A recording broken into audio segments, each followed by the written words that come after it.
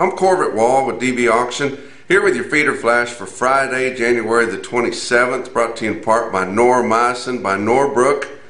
Noromycin 300 LA is effective and economical and is your go-to antibiotic for a wide range of cattle diseases and infections.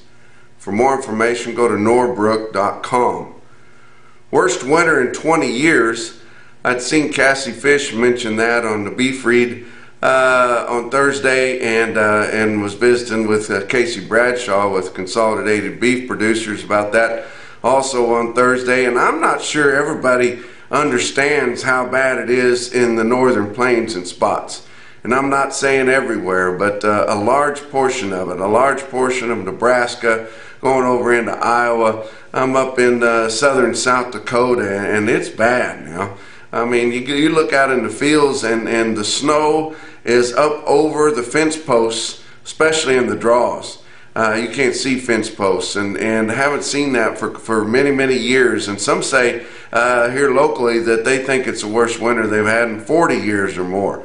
But I didn't realize how bad it had gotten down around Winter, South Dakota. There was places down in there had up to 80 inches of snow. They had feed barns that collapsed on cattle and had pretty significant losses of cattle there, and a lot of other cattle feeders, farmer feeders in that area, had to move their cattle out and send them to somebody else to feed because there was just too much snow. They couldn't get around at all. But that's one reason why this fed cattle market is suffering up here in the northern plains. Guys are simply wanting rid of the cattle.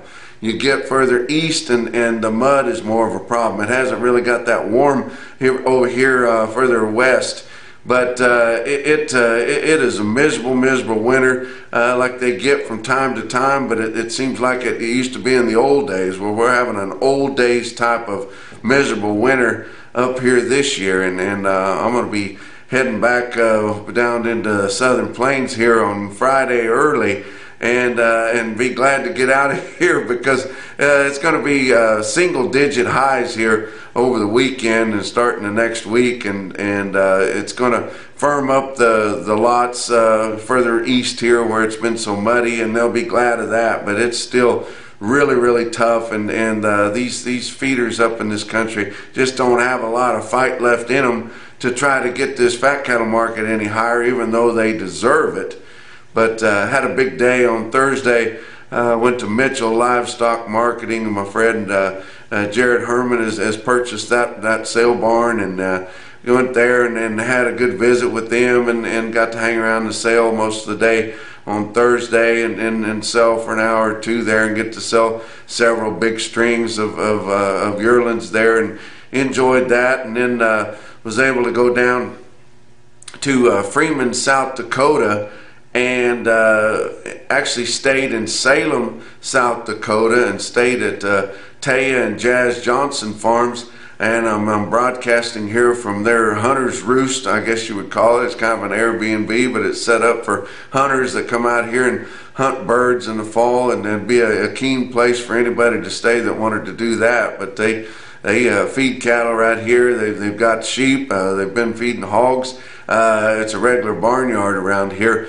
But then Taya is the nutritionist for Ralph's Feed in Freeman, South Dakota. Had no idea Ralph's Feed is Kent Feed's largest dealer, period. And a big crowd showed up for their beef day, and they had activities all afternoon, and then had a good dinner. And then I spoke after dinner and had a lot of Feeder Flash gang members, a lot of farmer feeders, competition guys, guys that are looking to sell at the highest price and feeding the good cattle there, and they were in agreement for the most part. Everything that I had to say, talking about our need for negotiated trade, need for more competition in your fed cattle arena. But got to have a good talk there, and good feedback from everybody there. Everybody was having a good time. Visited with lots of friends there that watch this program regularly, and visited with several of them, including my new friend Touchdown Brown, who is going to get some kudos for being mentioned on this report, and I was glad to do it for him. And his farm plan it goes right after my heart. He buys them little 3-weight bargain bin calves and makes yearlings out of them. And to me, year in, year out, I think that's your best plan to try to turn a profit in this industry. But enjoyed my time up here in South Dakota, but be glad to get out of here before it gets any colder or any more snow. Let's talk about your board on Thursday. February live cattle futures were down 87 cents at 156.72. April down $1.02 at 160.52. Back months on fed cattle down 47 to down 82 cents. January feeder cattle up 17 cents at 179.57. They're selling so well in the sales. March was down 90 at 182.85, and all your back months were down from 75 cents to down 135. March corn was up 7 3/4 cents a bushel at 682.5. March beans up 21 cents at 15.23.5. I tell you what, I'd hate to be making a living speculating on soybean futures. Talk about your fat cattle trade, which did fully develop in your northern plains. Excuse me, not so much in the southern plains, but Iowa sold 5,800 head confirmed sales on Thursday. Probably had a lot more than that sold after 2 o'clock deadline to turn that in, but 8,900 head confirmed so far for the week. Live sales just 152 to 154, and that sure be mostly $3 lower, guys, for the most part there. And like I said, they just given up the fight. Dress sales not that much lower, maybe $2 at the most, and steady in a lot of places too at 248, but they did have sales in Iowa from 245 to 248, but heavy on the 248. And you notice it was more steady on the 248 dress because didn't have to worry about the mud on that. So it was able to keep a steady dress market, not so much on the live end. Nebraska confirmed sales 10,600 head on Thursday, 12,800 head confirmed for the week, which is still minuscule compared to normal. But live sales also much lower there at 152 to 155. Dress sales same as Iowa, 245, and heavy up to the 248. Kansas only 100 head confirmed in northern Kansas at 248, but no confirmed sales late afternoon on Thursday going into the evening there, and they were heavily bid 154. Nobody wanted to take that. That would have been $1 lower. Still priced at 157. We'll see what happens here on Friday. Box beef cutout values were mixed, with choice cuts up 47 cents at 268.75. Selects down 32 at 251.48. Your slaughter running ahead of schedule, 504,000 up through Thursday of this week. That's 11,000 more than last week and 24,000 more than the same week a year ago. Your actual slaughter information come back for the week ending January the 14th. Why that takes 2 weeks, I'll never know. But your average dressed steer carcass weight, 914 pounds, and as big as that sounds, that's 5 pounds less than the previous report, 8 pounds less than the same report a year ago. Talk about what else is going on. If you like to see this report, you'd like to see it on a more regular basis, and you're tired of struggling to find it, got a simple solution for you. Just pull out your cell phone and text the word FLASH to 209 Corbett or 209-267-2488. Link to this report will be texted to your phone number, and you can just open that up and click on it and watch it every business day going forward. Talk about your feeder cattle market, your real-time index on DV auction based on an 800-pound steer up through the middle 12 states, sitting at 178.47, up another 42 cents. It was up big on Wednesday, up a pretty good test there on Thursday. And talk about your big sales.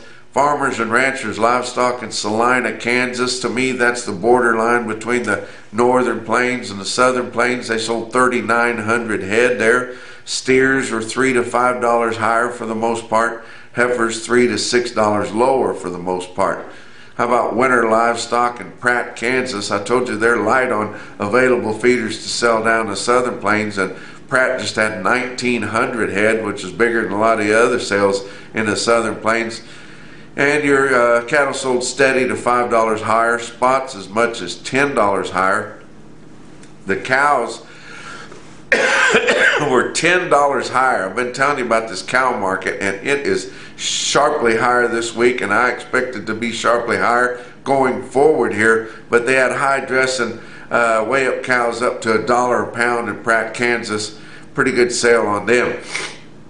Talk about the sale I was at on Thursday. Mitchell Livestock Marketing in Mitchell, South Dakota had 7,600 head in the yards there. Your market was all higher, as you can tell by this automated market report. And you see the best tested weights. How about 690 head of 6-weight steer calves, average 645, weighted average price 199.23. 729 head of your 7-weight steers, average 751. Weighted average price $187 even. 566 head of 8-weight steers, averaged $843. Weighted average price $174.48.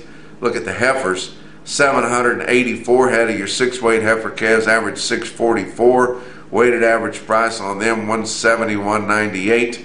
982 head of 7-weight heifers, average $746. Weighted average price on all those heifers $168.15. And 636 head of 8-weight heifers, many of which I sold at an average weight of 853 pounds. Weighted average price $164.71. Talk about your Zoetis stick out sale of the day was Ogallala Livestock Auction in Ogallala, Nebraska, 4,200 head.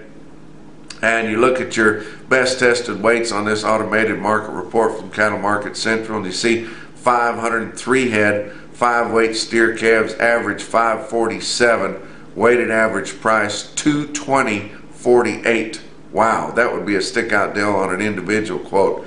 489 head of 6-weight steer calves in Ogallala, average 650 pounds, weighted average price $195.78.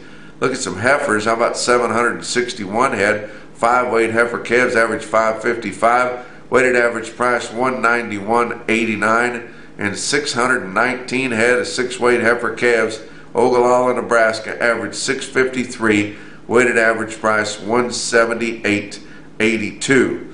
Give you a couple of individual quotes. I'm going to give you a couple first out of El Dorado Livestock in El Dorado, Kansas. I don't know what was going on there, if they spiked the punch or what, but stick out sales in El Dorado.